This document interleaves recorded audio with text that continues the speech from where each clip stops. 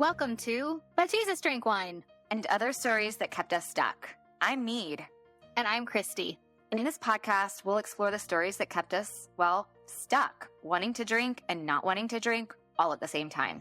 Join us as we show you that freedom from alcohol does not have to mean a life sentence of misery and missing out, but actually means living an authentic life full of peace, joy, and purpose.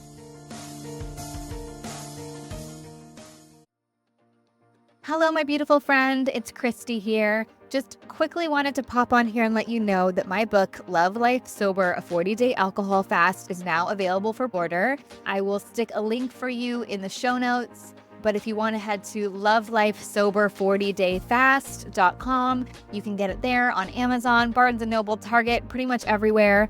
I'm really, really thrilled to share this with you, and I cannot wait for you to read it. Thanks. Hello, my beautiful friends. Happy Monday. I'm not going to say excited. We find a new synonym for excited. What it's going to be today. Pumped. We're pumped. We are so pumped to have our friend, Coach Tabbin Almond, in the studio with us today. Tabin is a fellow alcohol-free coach, and we're just going to talk about her story. I'm so excited. She has just written an amazing book, which I'm holding in my hands, called Bottling Up Trouble: How Alcohol is Harming Your Business and What to Do About It, which is so exciting. And you are the person that needed to write this book because of everything that you've been through and your career in advertising and everything. So, yay. Thank you for being here. Oh, I'm delighted to be here. Thank you for having me on. Yeah. Should we just take it back and tell us your story and how it all started for you? For sure, yeah. I am from a family where alcohol was just omnipresent, really. My parents both drank a lot, and everybody around in our sort of social circle drank. And when I was very young, I actually didn't want to do that. I wanted to be different because I didn't like the effect of alcohol in the family and stuff. But then gradually, I just started joining in and grew up on a farm in quite a rural area here in Devon, where I now live.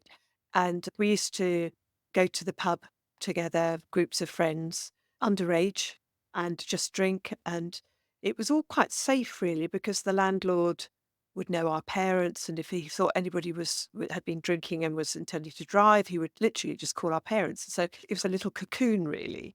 But I used to drink a drink called Cinzano, which is a bit like martini, very sweet. I used to drink Cinzano and lemonade, and I think I probably got pretty drunk on it. This is before I was even driving, so I was like 15, 16. Then I went off to university and carried on that pattern of social drinking. It stepped up a gear when I went to France for a year as part of my degree. I was studying French. And irony of ironies, I was sent to Cognac for a year. So couldn't have written that better, really. And at the time, I thought it was brilliant. But with the benefit of hindsight, maybe it wasn't such good training. But then after university, I went into advertising in big agencies in London. And advertising at that time, and it still is, it's maybe not quite as bad, but it was very boozy. I was on the media planning and buying side. So I was effectively the client for TV, radio, press, media owners. And so they would buy me lunch. And that was, pretty much, you could be out to lunch in every sense of the word, 5 days a week. Mm-hmm. And then there would certainly never have been a week where I wasn't out at least once or twice. And most weeks it was more than that. And then we would leave work and go to the pub after work. So I was probably drinking the recommended daily allowance of units per day. Sorry, recommended weekly allowance of units every day. It was just, and it was, what's so scary to look back on it is I thought that was normal. I really thought that was normal because that's what everybody around me did. And then come the weekend, I really partied. I was gradually becoming aware that maybe I drank a bit more than other people. I lulled myself into a false sense of security, I think, because when I got married and then had children, I found it really easy not to drink during pregnancy. So I thought, be an alcoholic, whatever one of those is, I can't be one of them because I can stop. But of course, I started again quite quickly once the children were weaned, I wasn't breastfeeding anymore. I was back into it. I was back doing what I did. And we then moved down from London to Devon. And I was on my own a lot more then because my husband was working away quite a bit and I would be on my own at home with two small children. And I just got into the habit of drinking on my own and just became aware that it was doing me no favours at all. And I tried various things. I tried AA for a couple of years and tried 3 different AA groups, meetings, because I kept thinking maybe I've just picked the wrong group because it was all I knew about, it's all there was really, and just couldn't get on with it. Then I read the Alan Carr book, The Easy Way to Control Alcohol, and that was amazing. And I signed up to do a 1-day hypnotherapy course with him on a one-to-one basis, not with him, but with one of his acolytes. And that was perfect as far as I was concerned. I really thought I had cracked it. And I didn't drink for it was more than 7 years. And I didn't really think about alcohol, even though I went through a pretty tough time. My father died, and then the following year, our marriage broke down. I was left with some really major financial problems and then diagnosed with breast cancer. And I still didn't drink through all of that. And then I had surgery for the cancer. And at that point, they tested the lymph nodes and they tested 7 of them, and it was in all 7 in quite a high count. And the surgeon was talking about, we need to find where it's spread to, and we need to do this scan and that scan. And it just got so scary, especially as my husband was not very well and the other side of the world. And so I had 2 children who were young adults. They were not children, but they certainly weren't not needing me anymore. And I was just really frightened. And I just drank in order not to be in my head, I think. And although I didn't start drinking a lot straight away after that, I hadn't drunk for 7 years. And that night, I felt dreadful the next day because I drank a bottle of wine, maybe more, I can't really remember. And of course, after 7 years of not drinking, it really affected me. But I didn't go straight back into regular or excessive drinking because I was going through all of the chemo and then radiotherapy. I had a lot more surgery first and then chemo, then radiotherapy. So I didn't really want to drink. But once I was better, again, a bit like after children, I went back to this is my normal way of doing things. I will have a few glasses of wine in the evenings kind of mentality. But by then it was quite frightening because I thought I've tried AA and I've tried this trying to bend the subconscious, which is what hypnotherapy is about. And I was then scrabbling around trying to find something that would work for me. Came across This Naked Mind and thought that makes a lot of sense. And everything fell into place thinking, if I can't just throw money at getting somebody to reprogram my subconscious, maybe I better do it myself, which is effectively what This Naked Mind's training is all about.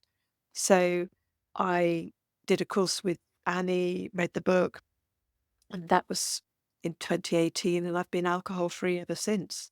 And the joy for me is I have not wanted to drink at all.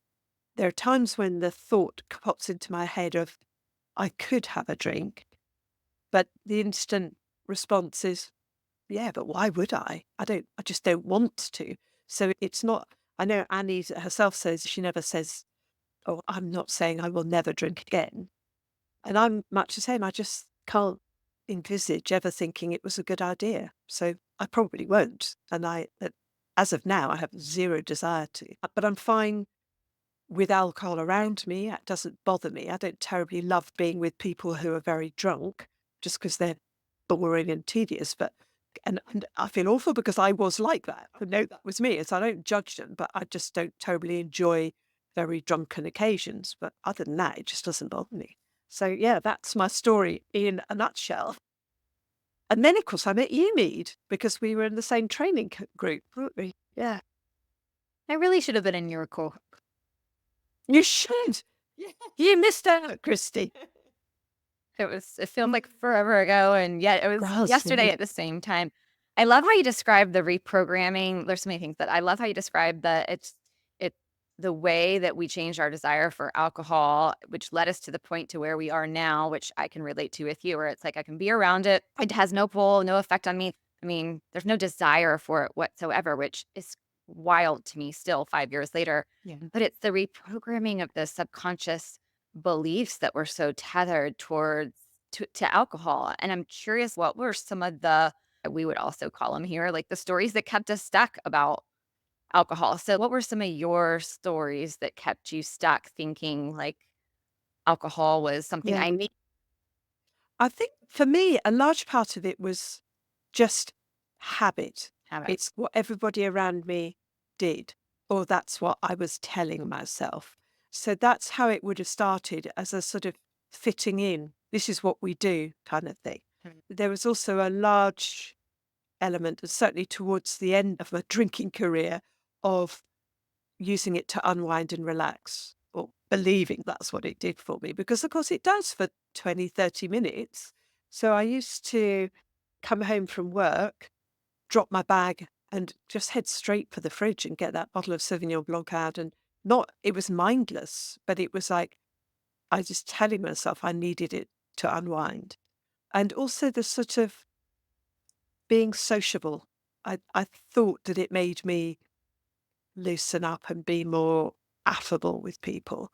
And I don't think it really, that there's a moment in time where maybe that's true, but of course you go past that point and then you're not so affable. But at the time, I would have sworn blind that's what it was doing for me. So it was the stress relief, fitting in, and being more fun. I think those were the key ones, that stories that I was just fables that I was telling myself, because they definitely weren't true. Same. Yeah. Of those, what was the hardest one, do you think, to overcome?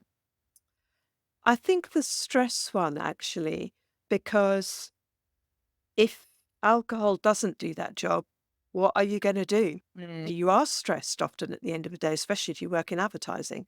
Yeah. And it can be not just the stress of, I've got to get this done, and there's this creative person's being difficult, and that there's that problem, but it's also a kind of slightly deeper, more kind of existential anxiety about, what am I doing?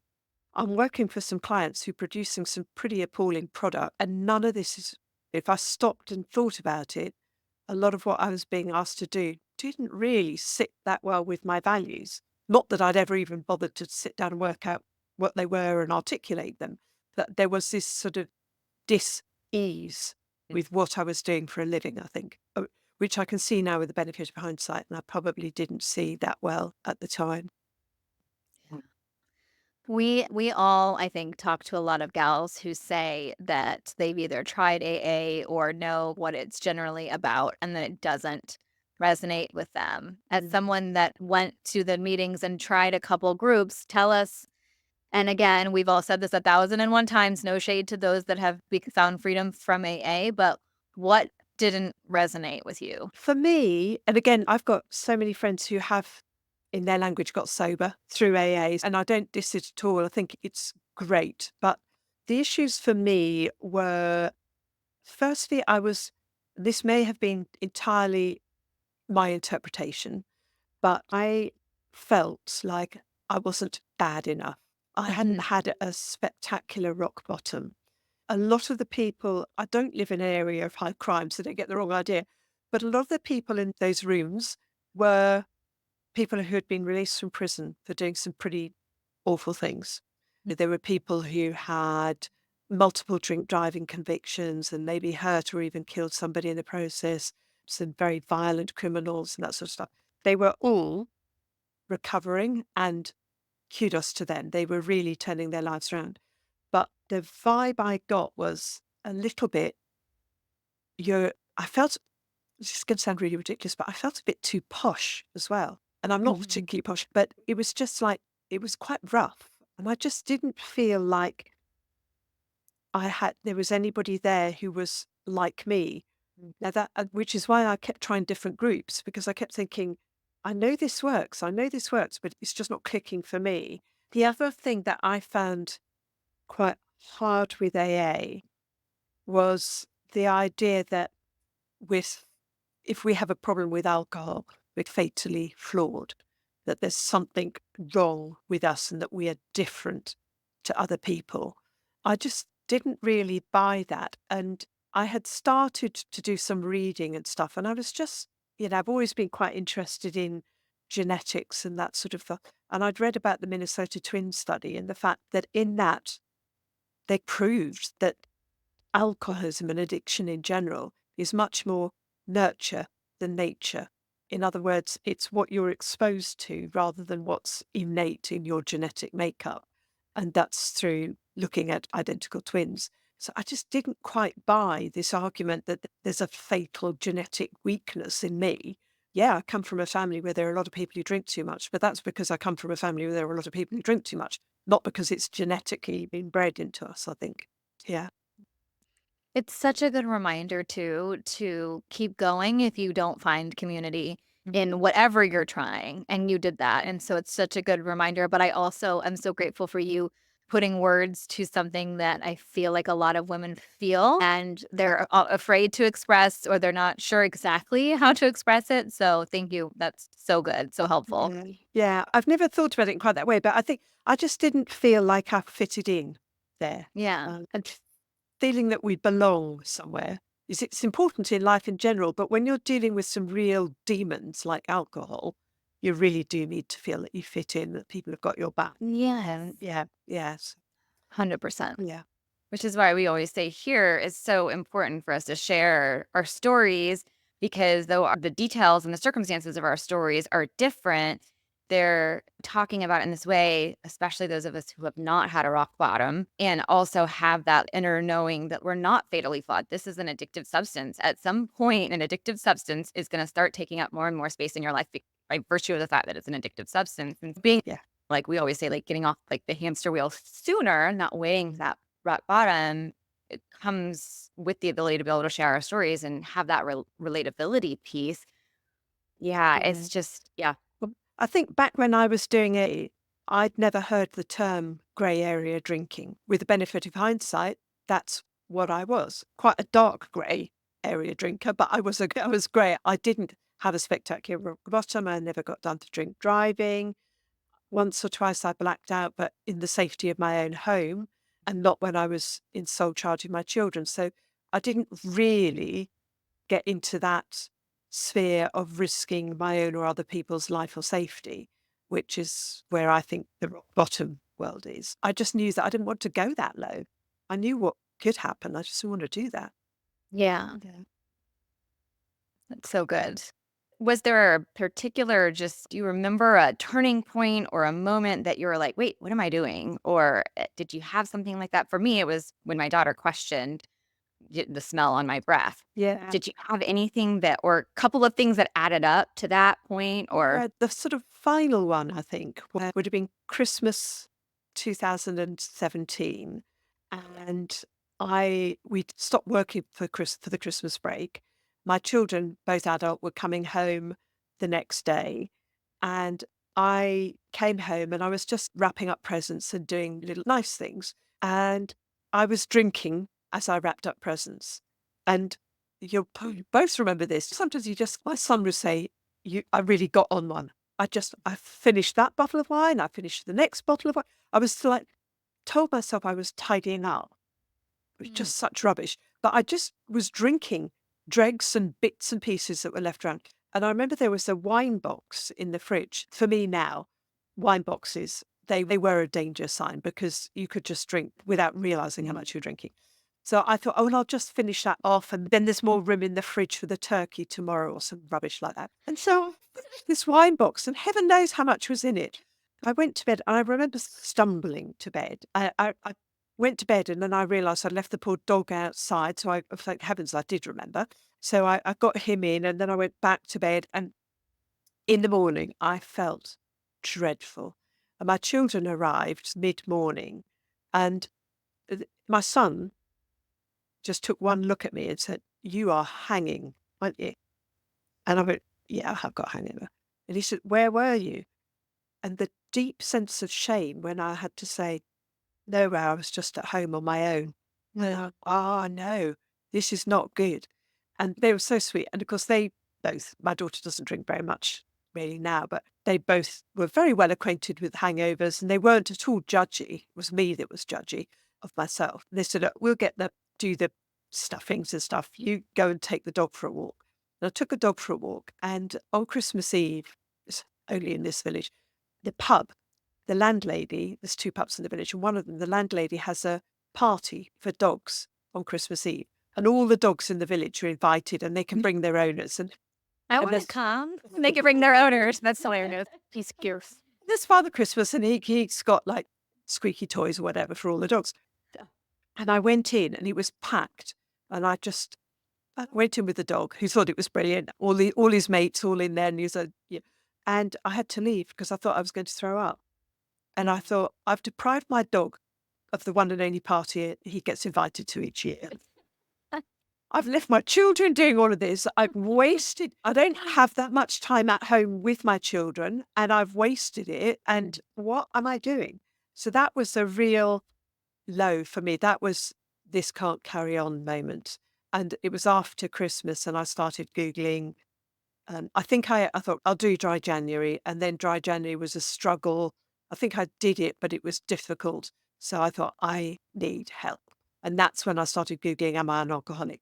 And to me, if ever you are Googling that, you know the answer. You're saying, please, will you help me? Because I know I am an alcoholic. Not that I use the word alcoholic, and that's when I discovered this naked mind. You made me laugh so hard when you were like, I'll drink this so I can make room for the turkey. And you reminded me that one of the ones that I used to tell myself was like, if I drink it tonight, then I won't drink it tomorrow. And tomorrow will be a good day. That makes no sense, you guys. One of the things I often say to clients that one of the things that you can do to make it easier is to just get rid of the alcohol from the house. Now, that's not always possible for people because sometimes they live with somebody who doesn't have a problem with alcohol. But if you can, getting rid of the alcohol is really helpful. And people will say, oh, but I've got some really good wine there. For me, the good and wine don't belong in the same sentence anymore. But I always say to them, look, if you're going to pour it down the drain eventually, which you are, because it's going to go through your body, why let it go through your body? It's going to. I love that. Just pour it straight down the drain and save it, the bypass through your body and the damage it does. Just get rid, because ultimately it's all going to go down the drain. I love that. That is so good. That is so good. Mead's eyes just got so big. She was like, that is amazing. So true. It's so true. So I want to ask you a little bit about your breast cancer journey. The word journey needs to be retired. But when you were battling all that, did you know what we all know now about alcohol and it's called, Absolutely not. Yeah. And that was 10 years ago. I still see the consultant from time to time, like every 2 years, I think it is. It's never been mentioned. Yeah. But just on the breast cancer thing, I don't know when this is going out. It may well end up going out in October, which will be Breast Cancer Awareness Month. But I always tell people this because it's important, I think. I had a lump and was having regular 6-monthly mammograms just to keep an eye on it. Every single time, and I think I'd had something like 11, I'd just get a letter back saying, dear Mrs. Almond, further to your recent mammogram, nothing to worry about. And I think, oh, great, nothing to worry about. And I had another of those letters, and at the time I thought, oh, that's great, good news. And I can remember thinking at the time, at least something's going, because it was at the time when John had left and all these financial problems, at least don't need to worry about cancer. And then I woke up in the middle of the night one night and just had this really deep, deep instinct that there was something wrong and that letter was mistaken, that there was something there. And I couldn't explain it. It was just an absolute deep conviction and it wouldn't go away. And so I thought, I better do something about this. So I went to see the doctor when they reopened after Christmas and said, or after New Year, you're going to think I'm mad. I know my doctor quite well as well, living in a small rural area. I said, you're going to think I'm a bit nuts, but I just don't believe it. I'm sure there's something the matter. And so he said, okay, let's just get it checked for you. And he didn't argue. He did say, is it hurting? And I went, no. And he said, it might be helpful if you tell me it is, just so that we can get you. Anyway, I was in later that week, and I saw, first of all, a consultant surgeon. She took one look at it and said, yeah, I'm really glad you're here. I don't like the look of this at all. Oh my Because she gosh. looks at tumours all of the time. She said, what we'll do is we'll get you she said, the protocol is we'll do a mammogram, because we always do, but it looks as though maybe this is a cancer that it may be a cancer that doesn't show up in a mammogram. So we'll also do an ultrasound. So that's what. And she told me then, if you ask the guy that, I think he's called a radiographer, who does the ultrasound, if you ask him outright, he will tell you what he sees, but he won't volunteer any information otherwise. I went upstairs, had yet another mammogram, and then was shown into this little ultrasound room. And the guy came in, and he was actually quite patronizing. He was a little bit, I don't really understand why you're here. And I just said, look, I've just got this really strong instinct. And he wasn't unpleasant, but it was a little bit, oh, let's just do this quickly, and then you can put your pretty little head to rest, sort of thing. And he did the ultrasound, and he was very quiet. And I'd obviously explained my instincts. And I said, what can you see? And it's one of those moments, I can now talk about it without pulling up, but for ages I couldn't. And he turned to me and he looked me straight in the eye, and he said, what I can see is a woman with potentially life-saving instincts. Oh my And, gosh. I just literally have goosebumps. yeah. All And of it was my hair just- just stood up on my arm. and he said, you're right, there is a tumour there. It's about 5 centimetres long.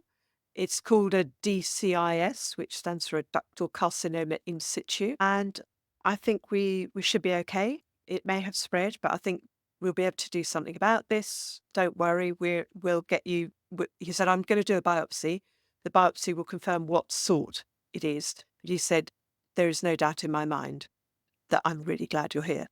And we will, just to reassure people a bit, if you're in the UK, they do now, if you've got something suspicious, they do 2 things. They don't just rely on a mammogram now, because of cases like mine, I think. So you would have a mammogram and an MRI or a CT or a ultrasound. So there is a bit more belt and braces. But at the time, it was just that one thing.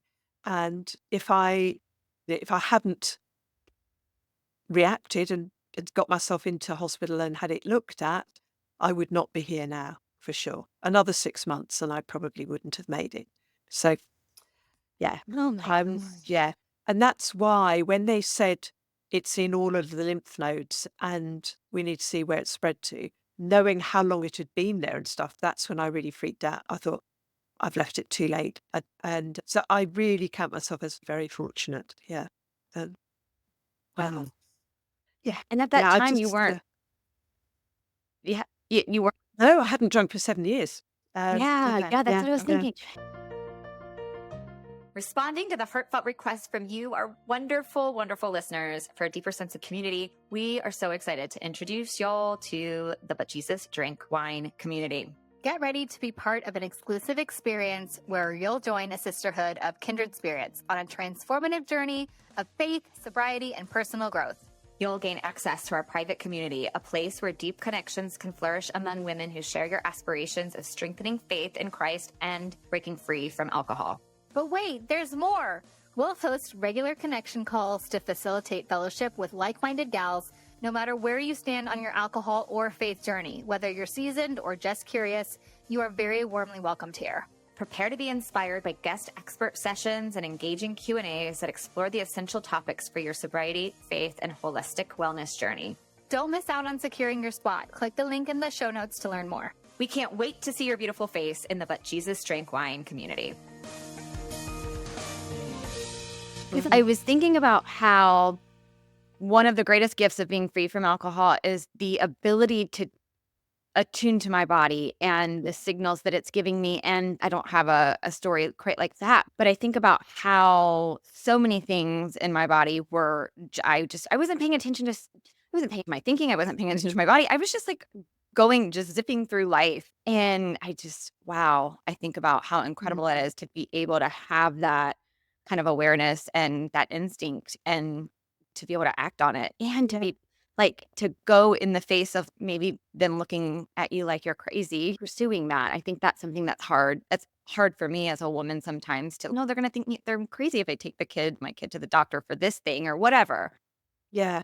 Pushing through that. But How that valuable. sort of really deep instinct, which I now listen to. It doesn't happen very often. I can think of times in my life where maybe I should have listened to it and I didn't. And we do. Our subconscious is way more powerful than we realize. And it was, there were signs there, but I hadn't listened to them and thought, okay, I need to do something here. So I was lucky. Yeah. Very lucky.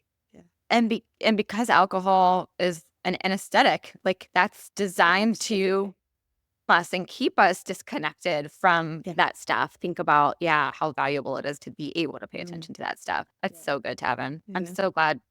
Yeah. And the thing is that we know my case may or may not have been caused by my previous drinking, but we do know that alcohol causes cancer, full stop. There's zero doubt about that. The World Health Organization says on their website the only safe level of drinking if you want to avoid cancer is 0. Cancer is caused by all sorts of other things as well, but drinking alcohol significantly increases your risk of getting breast cancer, amongst others. There's 6, 7 of them in total, where they know without doubt that alcohol is a contributor. So, yeah. I want to talk about the book. Yeah. There is no other book out there like this. Tell us about it and tell us what inspired you to write it and everything. I was inspired to write it by realizing that my own drinking was narrated hugely by the working environment, my working life, the normalization of alcohol in the workplace. Now, I realize that has changed a bit, but there are still huge numbers of people who are trapped in alcohol because of their working life up until this point. But it's actually still going on. And so people at work, there's this sort of pro-alcohol culture that people don't even realize that they've got going on in their organization. And that can be very subtle. It can be things like bosses encouraging people to drink. Come on, let's all go to the pub after work. I'll put my card behind the bar, kind of thing. And the very glorifying alcohol or people making sort of heroes of people for drunken antics, which happens a lot in the advertising industry. It was the sort of, he's a real lad. She really went for it. Yeah. And it's deemed like a good thing. So there's this very subtle pressure to drink. And then the not so subtle pressure, which is you need to take that client out for lunch and whatever they want, they get, kind of thing, which in businesses like advertising or insurance still goes on a lot in the city, in the legal world, all sorts of places where clients are important. Yeah. And there's a lot of just whining and dining of clients. And as the host, you can't really say, actually, I'm on the water. So that it's still very difficult. So there's that aspect. The other thing is that we live in a racially diverse world. Everybody should feel included.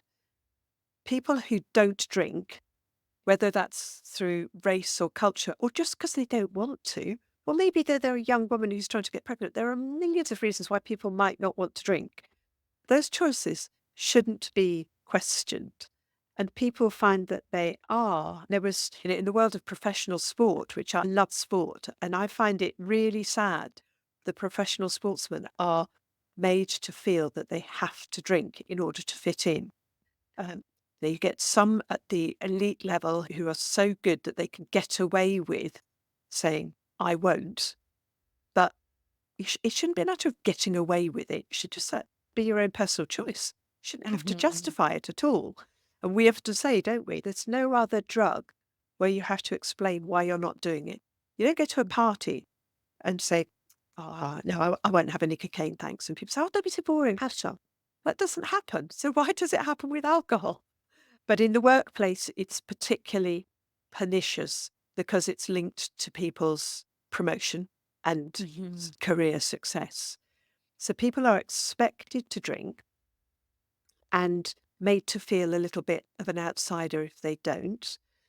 And then if they develop a problem, which obviously a substantial proportion of them will do because we're talking about an addictive substance, at that point, they're on their own. Oh, Mhm. sorry, that's not acceptable. You have to Yeah. drink, but if you can't hold it, if you start being late for work or not showing up or not performing because of your drink, well, that's on you. And yet the employer has encouraged and condoned it.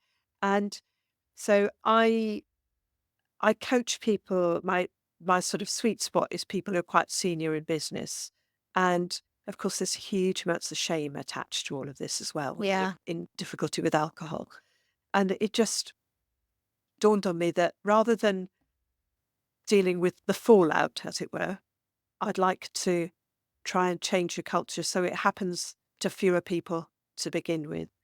So that that was the origin of the book, and I started looking at it and then discovered that actually the financial costs to businesses are significant.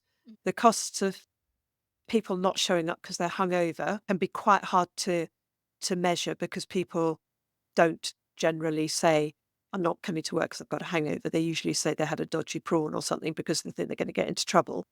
So it's quite hard to quantify that until the point where people are permanently off sick or deceased because of their alcohol problems. And that happens. That happens. There are people who I knew, who I worked with in advertising, whose funerals I've been to because of alcohol, which is not good.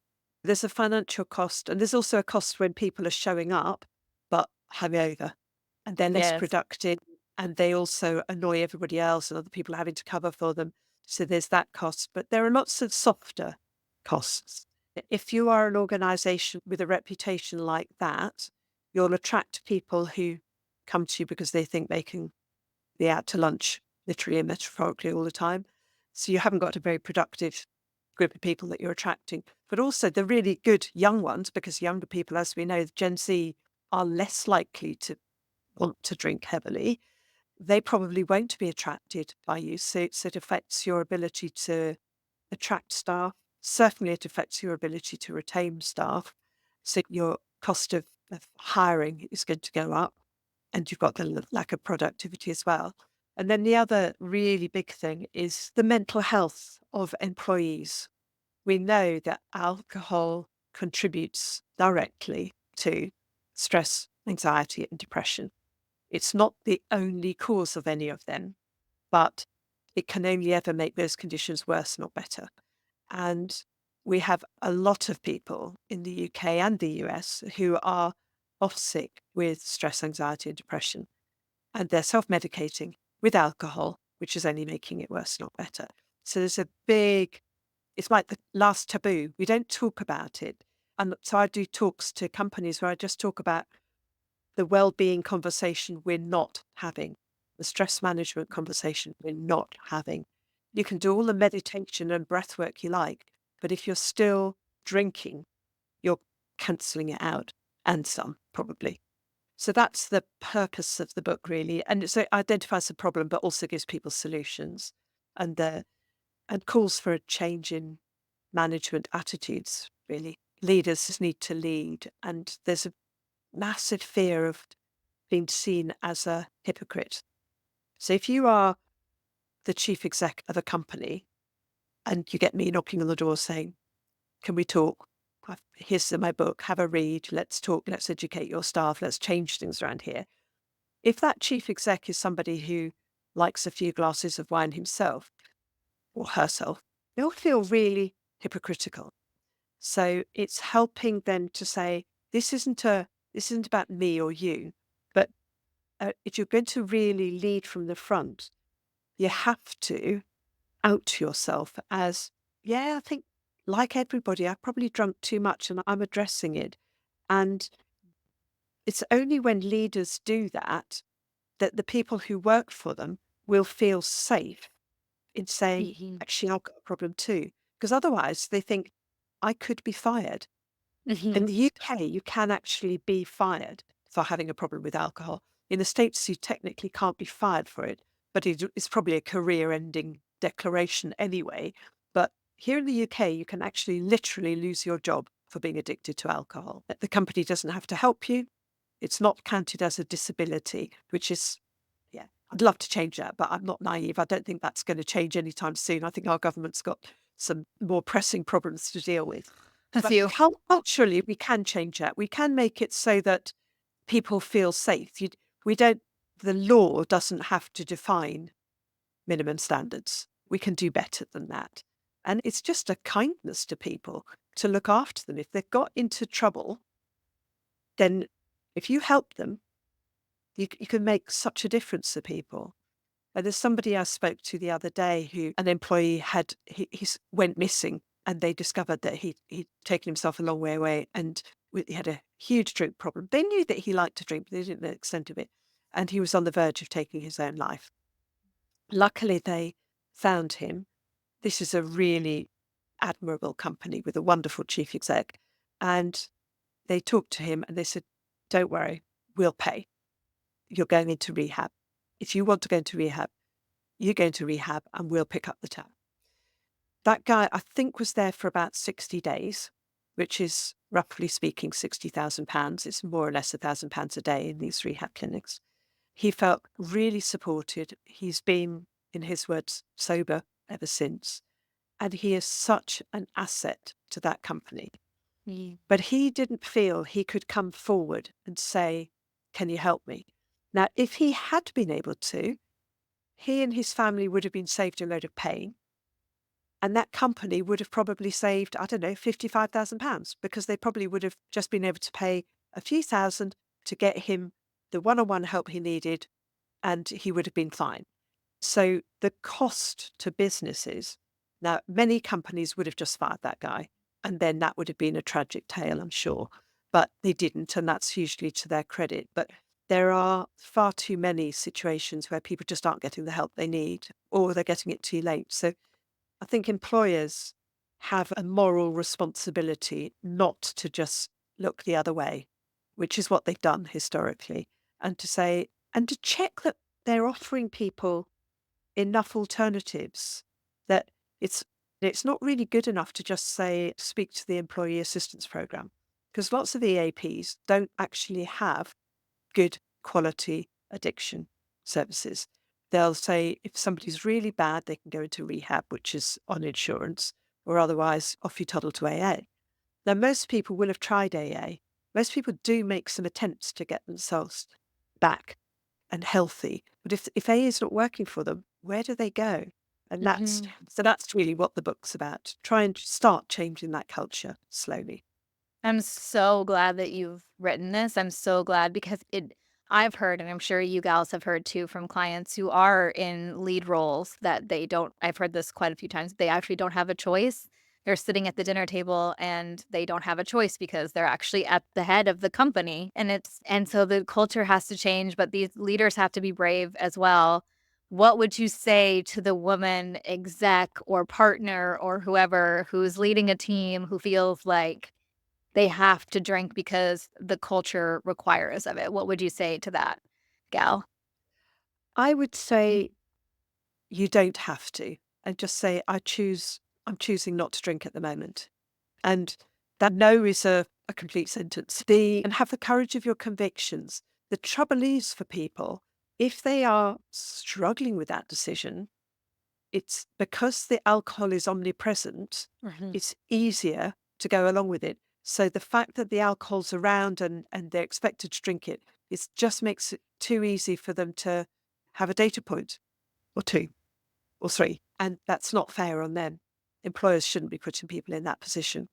And I think also we can come up with better ways of bonding. So often people say, oh, alcohol's really good. It lets people get disinhibited and that's how we all bond. My answer to that is there's a playground just up the road from me here. those kids seem perfectly able to bond and form friendships and have fun without alcohol. So where is it that we've lost that ability? And let's think of things that we can do where we can bond and get to know each other and have a good time without alcohol having to play a part. I'm not saying it has to be banned, but it certainly needs to be much more in the back seat. Yeah. Yeah, that's so good. Tell everybody where they can find you and where they can find the book, and we'll also put everything in the show notes. But yeah, tell the gals where to find you. Yeah. So my coaching business is called wine-to-water-coaching.com because to me, that was the miracle that I actually managed to switch from wine to water. So wine-to-water-coaching.com. The book is called Bottling Up Trouble, and it's available on Amazon, and there's a link on my website as well where you can buy it. Yeah, so it comes out in September. So by the time this goes out, it will be out, which is exciting. Yeah, and it's available in paper form and also on Kindle. Yeah.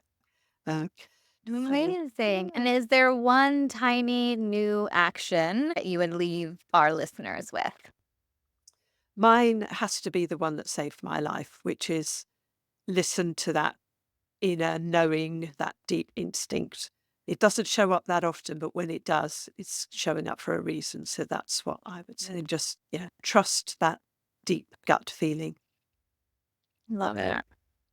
It's the best Thank tiny you, Tina ever. Tabbin. Yeah, thank you so much. Oh, Thank it's you been for an absolute being here. Thank you, darling. Oh, we are just so excited to see what happens with this book. And I just really hope and pray that it changes all of the US, UK, everywhere, the working culture everywhere. Because it's needed. It is so It needed. is certainly needed, yeah. This is just a kickstart, but hopefully it'll do the job.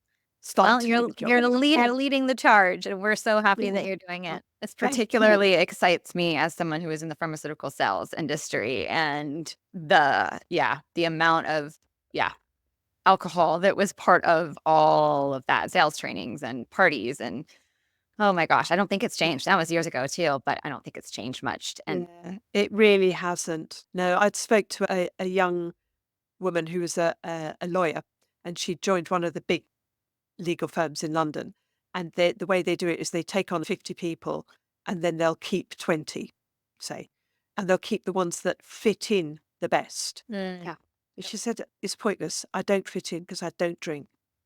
I know that I won't get kept on because of that. It's not just sad. She's a brilliant girl. She got first from Cambridge in law. She's a really clever girl, lovely, personable. I'd want her as my lawyer, but she's convinced she won't be kept on. She doesn't want to be in that firm either. Yeah. No, but that's the culture. But that's the culture. Yeah. I hear you. Yeah. Yeah. that's very relatable. So excited for your book. Thank you, Tabbin. Congrats. Thank you so much. Pleasure. It's been great. Thank you so much. I'll see you soon. Bye, everyone. Bye, gals. Thank you so much for joining us again this week. You can find all of our episodes at butjesusdrinkwine.com, and be sure to follow us over on Instagram, Love Life Sober, and I'm Not Sober, I'm Free. To learn more about what we do, you can visit our websites, meethollandshirley.com and lovelifesober.com. Take a screenshot of this podcast and share it with a friend or two. And don't forget to subscribe to our pod so you don't have to worry about missing a single episode. And if you love what we're doing, please leave us a review on Apple and Spotify. This helps more women who are feeling stuck and alone in the overdrinking cycle find hope and encouragement. Thanks, ladies. We so appreciate you, and we'll see you next Monday.